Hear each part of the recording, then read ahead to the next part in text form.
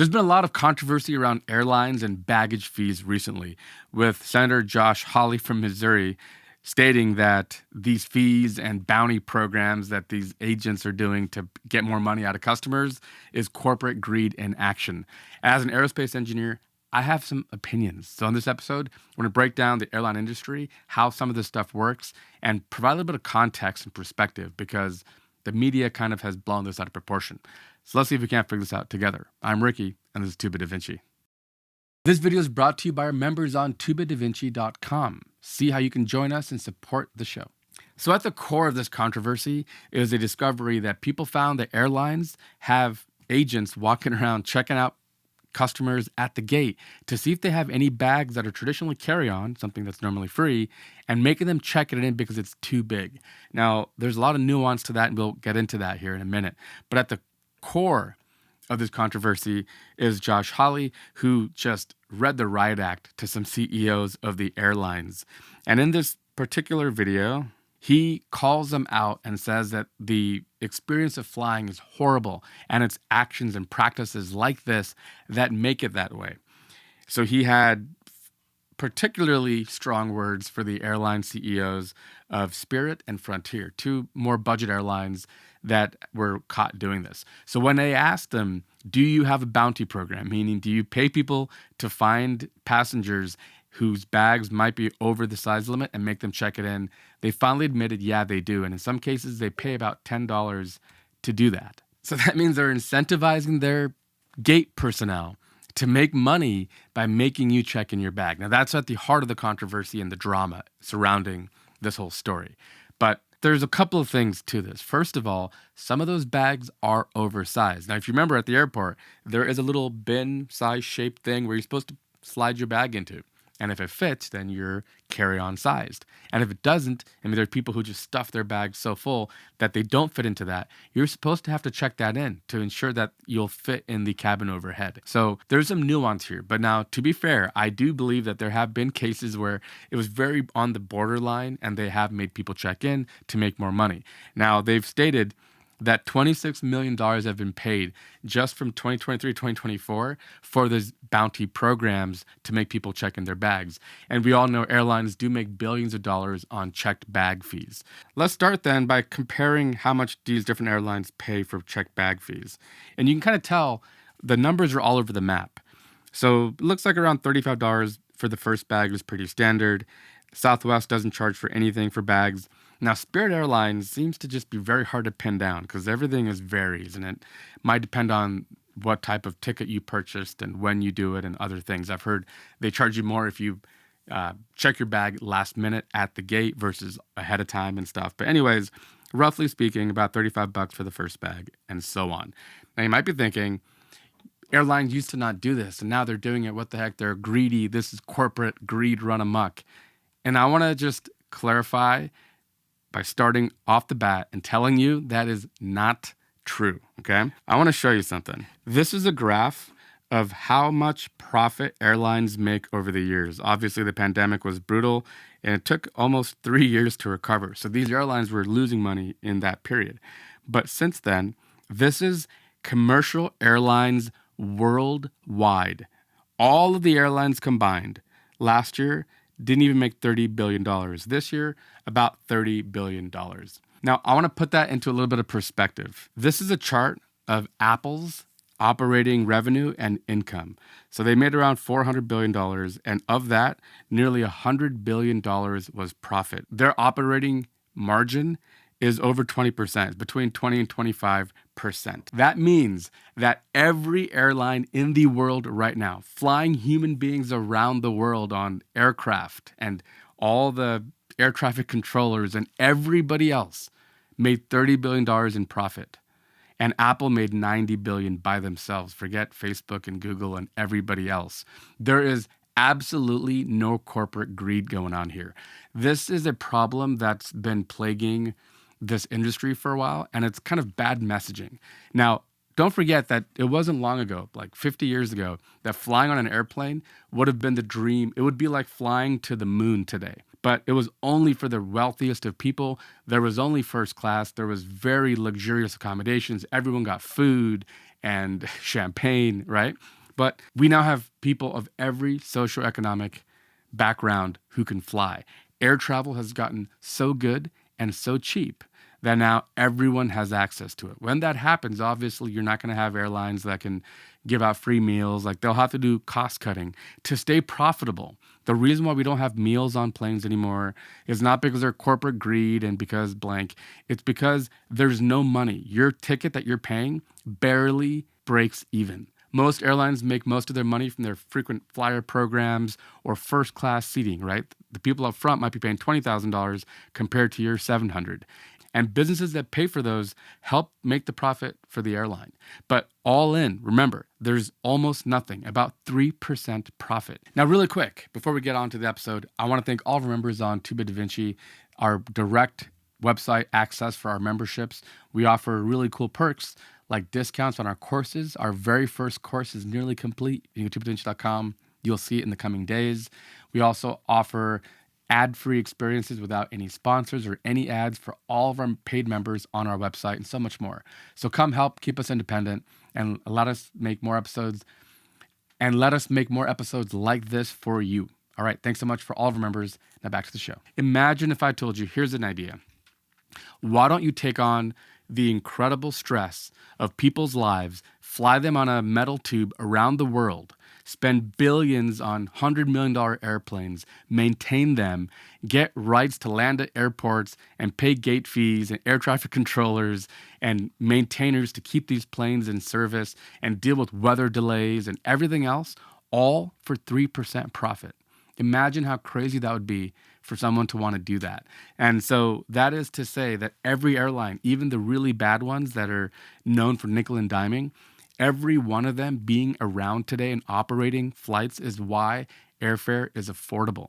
If Spirit and Frontier and Ryanair, if all the budget airlines went away, United and American and Delta would raise prices because those flyers now would increase the demand for the other tickets, right? So every airplane in operation keeps the prices the way they are. Now, to be fair, I understand and I appreciate that this baggage fiasco with the bounty programs is kind of infuriating for people, especially if they're targeting people unfairly. Like, that's not cool, right? If there are two people and they intentionally pick out one person and make them check their bags and pay for it, that kind of stuff is not cool. But it is the consequence of this age that we live in where people are always looking for deals.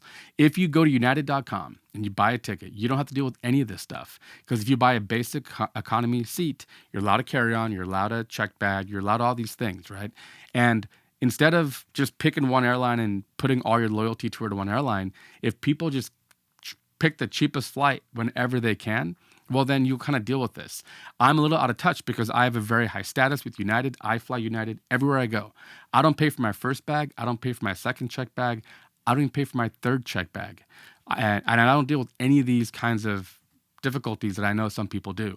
So my first piece of advice would just be pick one airline and try to get your miles accumulated there. Maybe you get a credit card or something to give you extra bonus status, board earlier, and avoid some of these fees.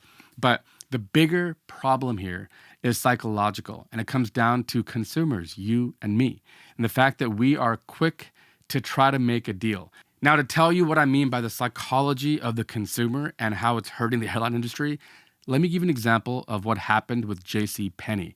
Now, they had a CEO named Ron Johnson, who was a man after my own heart personally, and he came up with this idea that to me personally sounded kind of brilliant. Okay, his idea was get rid of all this ridiculous, sales and coupons and, rewards points and all this crap and just charge people what something is worth. If this shirt costs $34, just sell it for that. Instead of calling it 45 and 10% off and 20% Kohl's cash back and all this stuff, right? The engineer in me, the mathematician in me, loved this. I thought it was genius. He came from a very successful stint at Apple where he was the VP of retail. He knew what he was doing. He was crushing it over there. These guys hired him at JCPenney, and he came up with this idea. Just transparent pricing, no gimmicks, no games. Just charge what something is worth to people who want to buy it. And guess how that went? Horribly. He kind of ran JCPenney into the ground because what we learned is that the psychology of a consumer is difficult to understand. But if Airlines just said, look, this ticket cost $1,000. That's what it cost. That's what you got to pay. Versus, a budget airlines, it's only $7.99. And then you think, oh, it's cool, I'm saving money because it's only $7.99.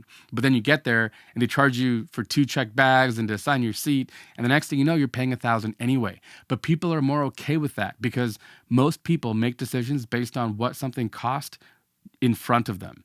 This is why electric vehicles are a tough sell for some people because it has a little bit more of an upfront cost. But if you knew that maintenance was near zero, you'd save a ton of money on fuel for all those years. And you could subtract that from the price. You might think, hey, that's actually a better price. But people don't do that. All they see is the price in front of them. So they're much more likely to buy a very restricted fare to save money and then think to themselves, I just saved $200. And then they get to the airport, they go check their bags, and they find out that each bag is $55. Then this costs that. Then they get an assigned seat. And the next thing you know, they paid $950. What this comes down to ultimately is that if you want to have a fixed price and not have nickeling and diming, well, then you're going to have a little bit of socializing. And what I mean is, let's say a ticket costs $1,000. That really what that means is that the ticket costs $900 and the checked bags, because you got to remember, this is an airplane. Every pound on an airplane requires additional fuel to be able to transport. This is not like train and other transportation means. On an airplane, weight really matters, right? And they already don't charge passengers based on how much they weigh, but their bags, they do have to make the money from it. So if you charge $1,000 per seat, that means that basically the seat costs $900. Some people will check no bags, and the airline will profit $100 from some of those people. And other people are going to check in a lot of bags and cost them $200. And ultimately, in the end, it's a wash, and they call it a day. So if you're content subsidizing the cost of other people who are not checking bags, then a fixed price model would probably make more sense to you. This is how I am. I'm okay with that. I never check bags. I fly ultra minimally. I have a carry-on and a backpack. I've been on 2-week trips to Europe with camera gear, with a backpack and a carry-on. I never, ever check bags, mostly because I don't want to get them lost, and I don't want to deal with big luggage when I'm on travel. I want to be nice and light. That's another little top tip if you're traveling. Be a minimalist. Wear the shoes that you're wearing on the plane. Don't bring 5 pairs of shoes and 12 pairs of pants. Just try to be a minimalist. But you have to understand that if you're willing to subsidize the people who will check bags, then we can have a fixed price. If you're not, then the airline has to nickel and dime. And the problem is that the consumers have proven that they are okay with that. They're content to save money and play these games and see what they can do. It's the JCPenney model all over again, instead of just paying what it cost. Because if you think that this is corporate greed, you're out of your mind. They make 3% margins. They made $30 billion worldwide. That's Emirates, United, Delta, everybody combined. These companies operate on a razor margin, and they are absolute treasures of our world. Imagine the world without airlines. Imagine if you couldn't just travel, visit your family for the holidays. Imagine if you couldn't go on vacation and see the world. To me, obviously, I have a soft spot in my heart because I'm an aerospace engineer, but I also just love travel. It's one of my favorite things in the world. Airline travel is not cheap. You have to remember that your ticket, when you buy a ticket, you're not just paying United Airlines or American or whoever. You're paying for every personnel at the airport. All the air traffic controllers, you're paying for the gatekeepers, right? The gate agents, the baggage handlers, the entire logistics of all those people that have to make sure your bag goes from your check-in counter to the airplane and back out to the baggage claim. They have to deal with all of the operations, the pilots, the flight attendants, and everybody else. And the only means of income is from your ticket. And then from that ticket, you think they're making a lot of money. They're not. They have to pay landing fees at every airport, gate fees to have gates where their planes can roll up into. And they have to pay for all of this stuff.